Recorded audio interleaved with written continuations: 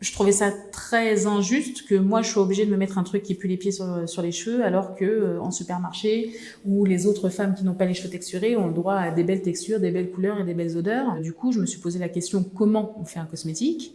Et en fait, en recherchant sur internet, enfin, j'ai appris la formulation cosmétique et j'ai commencé mes premières compos dans ma cuisine.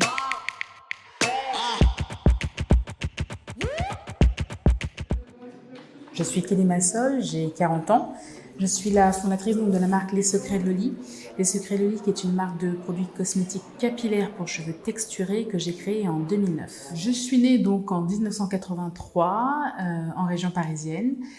J'ai grandi en fait élevée par mon oncle et ma grand-mère dans le 9e arrondissement, dans un milieu plus que modeste. Après, dans les traits de caractère, j'ai toujours été une enfant assez joviale, très communicative. J'ai toujours été vecteur d'initiative entrepreneuriale. Je négociais tout. La moindre chose, c'était vraiment à chaque fois une négociation, que ce soit avec mon oncle ou mon grand-père. Je me rappelle à un moment d'avoir imprimé, enfin photocopié en fait, des bouts d'articles et de BD et en avoir fait un journal que j'ai vendu aux voisins. J'ai toujours calculé très très vite les avantages et les inconvénients d'une situation. C'est pour ça qu'on m'envoyait aussi au feu à l'école. J'avais envie d'être avocate à l'origine, défendre la veuve et l'orphelin et faire des grandes tirades. C'était un petit peu mon esprit. Mais très vite, je me suis rendu compte que tout le monde n'avait pas forcément les mêmes cartes dans les mains. Devoir travailler d'un côté et aller à la fac, c'est pas évident, surtout quand on a son propre appartement qu'on paye déjà et qu'on subvient soi-même à ses besoins. Donc très vite, il y a eu quand même une sorte de fracture qui s'est créée parce que je ne pouvais pas adresser autant de temps que je voulais à mes études. Et donc, j'ai commencé à faire des petits boulots à droite, à gauche, en tant que vendeuse en téléphonie, ensuite experte en téléphonie mobile sur les nouvelles technologies. Et puis, bon an, mal an, au bout d'un moment, j'ai surtout eu envie de me poser, d'avoir un boulot stable, des horaires stables et une vie un peu plus... je dirais un peu plus cadrée. Et donc, du coup, j'ai été embauchée à la Sécurité sociale en tant que téléconseillère. Je pense que le fait de rentrer dans ce cadre-là, c'était bien 1 an ou 2 ans, entre guillemets, comme une pause. Mais je me suis très vite ennuyée parce qu'en fait, on est sur quelque chose qui est semi-social et où...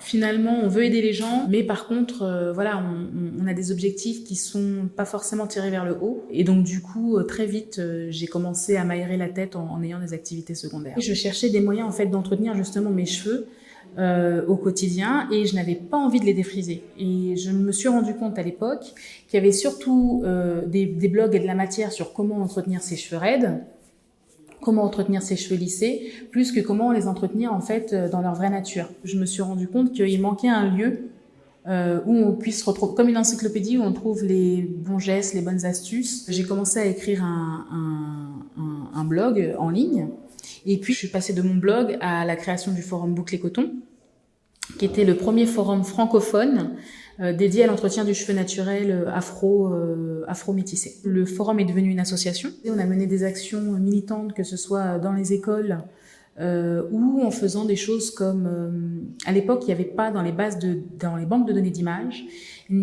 Quand vous tapiez en fait femme noire ou afro, il n'y avait que des images de femmes à cheveux raides, défrisés ou avec des perruques. Il n'y avait pas de femmes qui portaient leurs boucles naturelles, pas de femmes qui portaient leur afro, etc., etc. Du coup, on a organisé des grandes sessions où on louait des studios et on demandait à tous nos adhérents et nos abonnés de venir en fait se faire photographier, de nous céder les droits en fait de la photo pour pouvoir avoir matière en fait à illustrer nos articles. On a essayé d'apporter notre pierre à l'édifice et surtout de créer un univers avec des femmes en fait qui se retrouvent toutes avec le même but finalement, c'est d'entretenir ses cheveux naturels. On apprenait aux abonnés du forum à reconnaître les mauvais ingrédients dans les compositions. Donc après X années en fait à avoir lu des tonnes et des tonnes de dinky cosmétiques, de compositions, en fait tu te rends compte que tu peux pas vraiment faire confiance en fait aux cosmétiques, mais tu te rends compte aussi qu'aux États-Unis ou au Canada, les femmes commencent elles-mêmes à tambouiller dans leur cuisine, on appelle ça la tambouille, à faire du do it yourself en fait. Et donc on connaît tous une recette de grand-mère pour un masque, pour une huile pour le corps ou autre. Et c'est comme ça en fait que moi j'ai commencé dans ma cuisine en faisant vraiment des recettes de grand-mère basiques. Cependant, je trouvais ça très injuste que moi je sois obligée de me mettre un truc qui pue les pieds sur les cheveux, alors que en supermarché, où les autres femmes qui n'ont pas les cheveux texturés ont le droit à des belles textures, des belles couleurs et des belles odeurs. Du coup, je me suis posé la question comment on fait un cosmétique. Et en fait, en recherchant sur Internet, j'ai appris la formulation cosmétique et j'ai commencé mes premières compos dans ma cuisine. À force d'un bouche à oreille et parce que je parlais justement des crèmes que je faisais sur mon blog et sur le forum, les gens m'ont dit mais tu devrais, où est-ce qu'on peut te les acheter? Et donc, moi, je travaillais à côté, donc je voyais pas trop, entre guillemets, l'utilité. Donc, au début, je fournissais gratuitement des pots supplémentaires. Mais au bout d'un moment, le hobby te revient un peu cher. Et donc, c'est là où j'ai commencé à me renseigner auprès de différentes associations, notamment en cosmétologie comme Cosmed, pour savoir, moi, je veux créer, en fait, ma marque, mais comment on s'y prend? Et c'est là où j'ai mis le premier pas sur la professionnalisation finalement de mon hobby. Les secrets de Loli, c'est justement un clin d'œil à mon oncle qui m'appelait Loli depuis que j'avais l'âge de 5 ans. Donc j'ai appelé la marque comme ça. J'ai investi mon 13e mois donc pour démarrer l'entreprise, pour acheter le stock, les pots, les contenants, etc., les matières premières. Et puis ensuite, j'ai fait ma première vente, non pas sur Internet, mais en point de vente physique, sur un marché de Noël. Moi, j'ai fait du test and learn, beaucoup de test and learn. J'ai avancé et j'ai appris sur le tas. Je faisais les colis, comme je faisais la vente dans ma première boutique, comme je faisais le marketing en ligne. Donc c'est pour ça que je dis j'ai beaucoup appris sur le tas. Et puis à chaque fois en fait que j'ai pu engendrer du chiffre d'affaires, à chaque fois, je me suis fait remplacer au poste sur lequel j'étais. Donc, c'est comme ça que j'ai appris une apprentie au laboratoire pour m'aider à fabriquer, ou bien une jeune fille au marketing. Est-ce que je m'attendais au succès? Oui. Ça, j'ai pas honte de le dire parce que j'étais convaincue par moi-même et par l'idée et par la qualité des produits. Donc, quand tu as une bonne idée, un bon produit, c'est plus que des produits. Ce sont aussi des valeurs et on s'inscrit maintenant, en fait, dans la société dans laquelle on vit. Et je pense qu'on a une responsabilité sur plein de choses, sur plein de messages à communiquer. Donc, on est aussi porteur de messages. Aujourd'hui, c'est 42 personnes, c'est un gros chiffre d'affaires, c'est une vision française et qui commence à devenir internationale. Je pense que sky is the limit. Plus on aura des objectifs qui seront hauts, plus on fera des belles choses et plus on va continuer à grandir. Moi, ce que je fais aujourd'hui, gagner, c'est du temps aux gens. J'essaie de faire gagner du temps, que ce soit via mes interviews, mes podcasts ou mes interventions en tant que conférencière. J'ai mis 15 ans pour arriver là où je suis.